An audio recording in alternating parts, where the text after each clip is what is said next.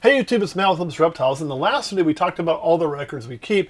Today I'm going to show you where those records come in handy. They also put your mind at ease, let you know kind of how things are going, let you see your growth. I just ate a fly, protein, and just kind of keep you up to speed on what's going on. Let me tell you a little bit about some of the things that I suffer with. I think we all have some level, form of anxiety or things that make us freak the hell out. So here's mine. And when I'm breeding ball pythons, and you start seeing people like, oh, here's my eggs on Facebook. And you're like, that's really cool. Where's my eggs? I don't have any eggs yet. Or you're like, oh, God. You know, I always am stressed out until that first set of eggs drops. And then you're always like, well, am I doing better than last year? All those things. You know, you want to see an improvement. It's really, really nerve-wracking. So I feel better when I start seeing the first ovulations. And I feel better when I see the first eggs. So when we track all that in the computer, one thing I didn't tell you that we do is for peace of mind and comparative purposes, just so we know when eggs are going to hatch on to open the computer, we also write it on a big whiteboard. A dry erase whiteboard. And yeah, I still use a little bit of moisture to make it erase easy. Who cares? By my butt. I don't care. This is what it ended up looking like. So this is a picture of our dry erase board from the previous year. You can see the clutch number on there. The line through it just simply means we cut that clutch. We were red marking because we were doing clutch updates. We found that does not work. We're going to do that different this year. It's a pain in the ass. So we'll just ignore the red check. Oh, got a little note from my great niece who loves me. But anyway, this is what we kind of do. So what I can do now is before I erase that whiteboard, I always take a picture of it so I can refer back to it. All this information is also in our breeding logs we showed you. There's nothing new here. But this does allow me to see it visually really quick. So as we're going through here, I can look and say, okay, well, how many ball pythons did I have in March? And in March, I had exactly 1, 2, 3, 4 ball python clutches. My first ball python clutch was March 15th. So I can come over here and look and say, okay, guys, how are we doing?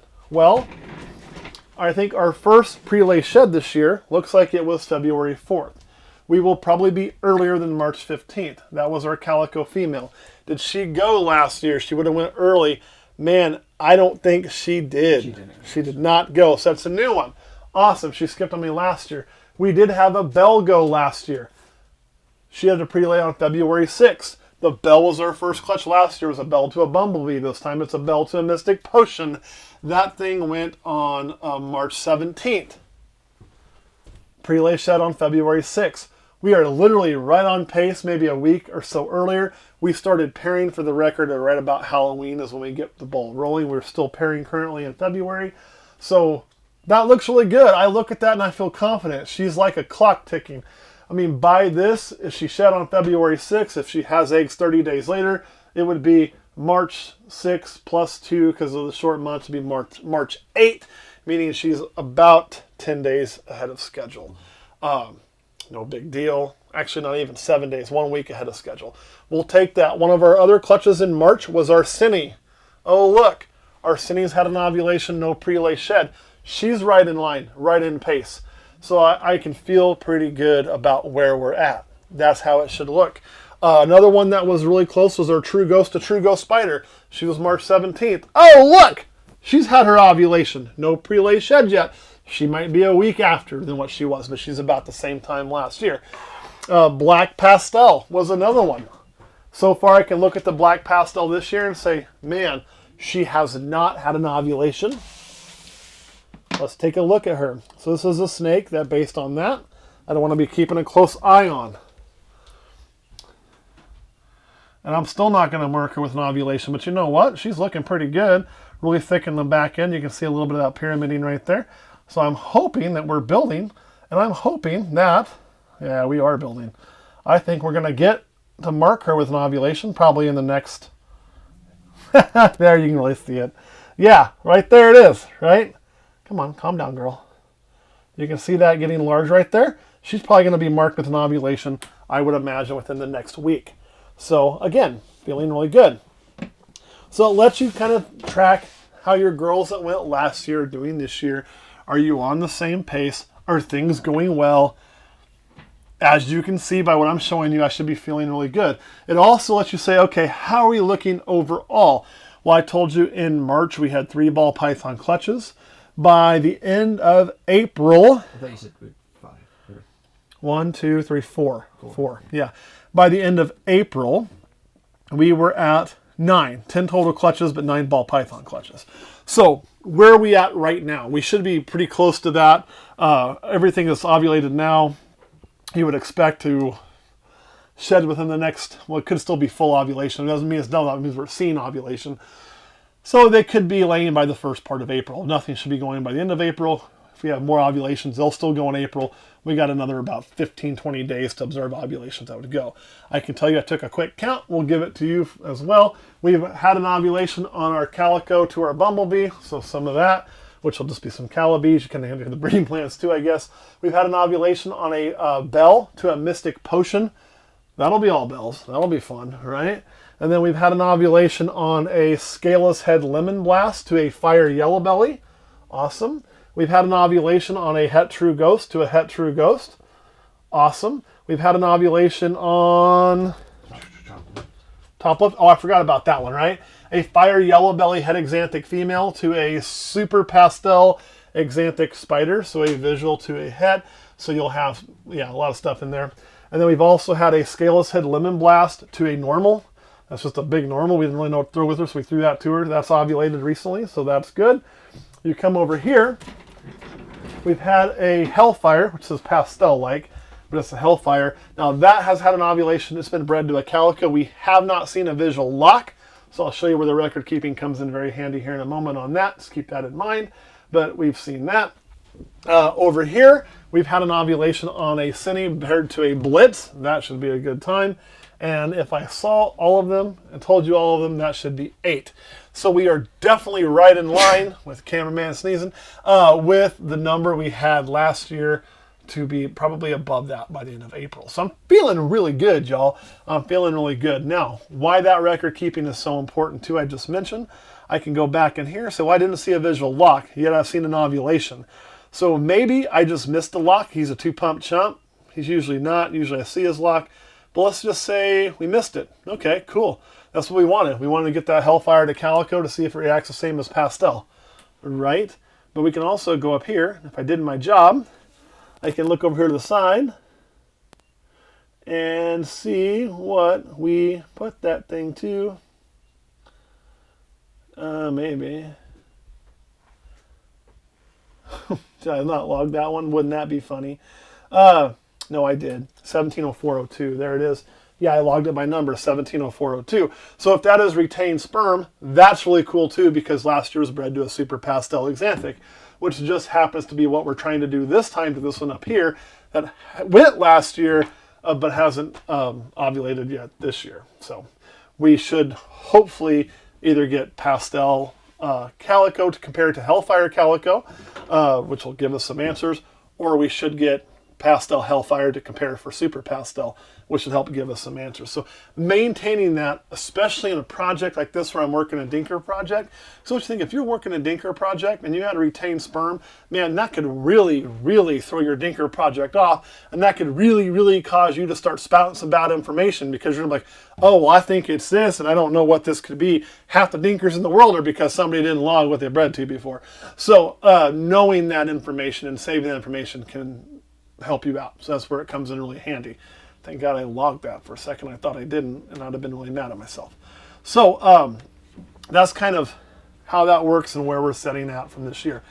The nice thing is I don't have to stress now. I know my year is on pace to go to at least the same, most likely above what we did last year. So that's really good news, you know, and we'll probably have, I don't know, 4 or 5 more ovulations in the month of February if I'm lucky. Maybe not. We're already like, what, 15 days in, so maybe 3 or 4. We'll see. Kurt, anything you want to add or any questions you have about this? What would make you feel uncomfortable, or what if you're seeing and you're would be like, okay, maybe there's something going on and I'm going to start to worry? So if most of the time these records will make you feel comfortable. Let me put that out there. I've never had the time where they made me feel uncomfortable. I have had times where I'm like, man, am I where I should be? And I've gone back and looked into previous years and been like, oh, okay, yeah, things are going good. But let's say I'm looking at the previous year and we had, 15 clutches in March. I'm only seeing 3 or 4 that have ovulated.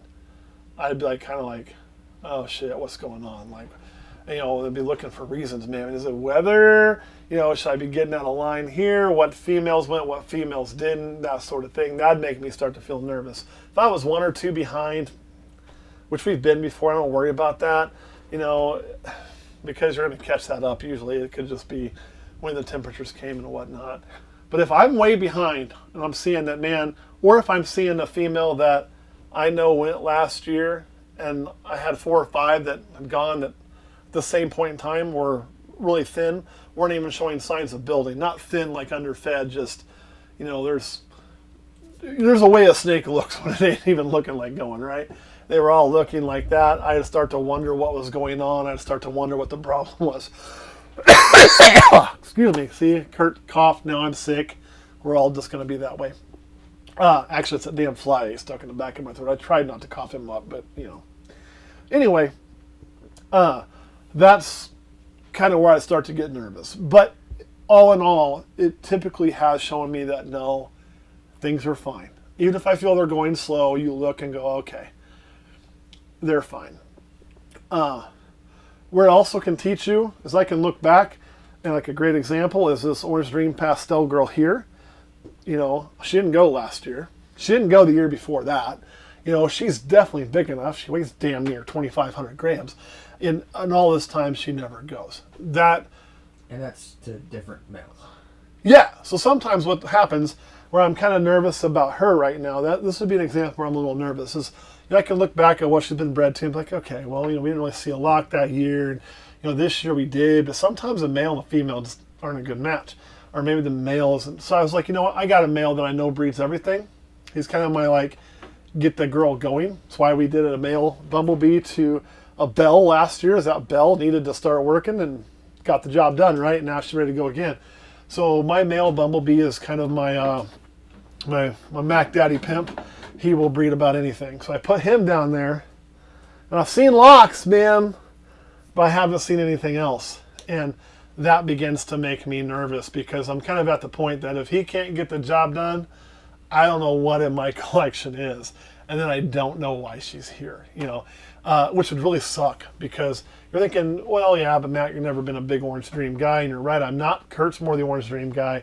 But that is the snake I produce at 17, 15, 02. So she's old enough, right? She was born at 17. We've been probably trying to breed her since 18, 19, I imagine 20. So this is kind of her year to get it done. And if she doesn't, we probably will part with her. But we will also part with her because we try to be honest and upfront with that information. We're not going to part with her and be like, oh, ready to breed. We just haven't ever bred her. Up to you. She just doesn't fit her plan. It's not horse shit. She's ready to breed. Here's what we tried. It didn't work, and that's why she's being sold. It's what it is. You're going to get all the information. I know, shocker, right? Honest people in this industry. There's more of them than you think. It's just the ones who are dishonest and trying to make a quick buck to give everybody a bad name. It's kind of like used car salesmen. They're not all bad. Just a percentage of them. So anyway, that's the one spot where I'd say right now it's not making me feel so good. I'm seeing locks. If I see an ovulation there, I'll feel a lot better. But record keeping can do that. It can do that. Anything else you want? Any other questions? No. That was a good one. All right, guys, that's all I got. And again, these are things I learned with time. I started taking a picture of that board because I didn't know who had bred who. And I realized that didn't help me because you know what? It's only the ones that laid on there. So that's why we started logging them. I also started taking a picture of that board because sometimes retained sperm comes from a breeding from the previous year, even if it didn't go. So you could go back and look at who was bred last year. I also started taking it so I could just review, just like we did, am I on pace? So I want to take that picture to know I'm on pace. It's a quick look too of, hey, this girl gave me 8 eggs. What'd she give me last year? Oh, she only gave me 6. I can see it on that board easier than I can sit there and scroll through every pair after opening up the computer and doing all that. I have that picture on my phone too. It's just in my Google Photos, so it's easy to access, unlike the spreadsheet. I do have a question. Awesome, go for it. I know you've been keeping track of writing them down. Have you always used a dry erase board? Have you used a fridge? Yeah, we did. So, funny thing you should ask. We painted this fridge purple. So it's an incubator fridge. Incubator fridge. I guess I should say that. It's an incubator out of a fridge. And we painted it purple with chalkboard paint. And we would use a piece of chalk. We'd write on there, and that worked pretty good. And you can wash it off and do it again the next year, and that worked all right. I got pictures of that fridge too from back in the day. And then one year we decided that we were running out of chalk nubs. We got these cool chalk markers, so chalk marker, chalkboard paint, chalk should work fine. And we wrote on there with this bright ass orange. It stuck out. You could see it from a mile away. It was great. And we went to erase it. It's not erasing. So that is stuck there permanently for that year. I'm going to have to repaint over it just so it's purple, I guess. But we can make other notes on there. But do not use a chalkboard marker on chalkboard paint that's purple. It doesn't come off. We tried a lot of shit and it wasn't getting the job done. But you can just write it on the incubator. I kind of like it on the incubator. It tells you what's in there. But we kind of had to stop doing that because of that. And I do not like writing with hand chalk. It makes weird noises. It's like, I fucking hate those noises, man. It pisses me off. I do not like it. I will not use a piece of traditional chalk on a chalkboard. You know, I grew up listening to that shit when I was a kid and hated it then, and I'm not going to do it now. So, to all you teachers who use chalk and chalkboards, more power to you. I would have become a sociopathic, like murderer by now if I had to like write with that shit for a living. So, more power to you. Kurt, anything else you want to add? No. All right, guys, thanks for watching. Now, on that note of how I didn't become a sociopathic killer, we're going to end this video, and I'll catch you all next time.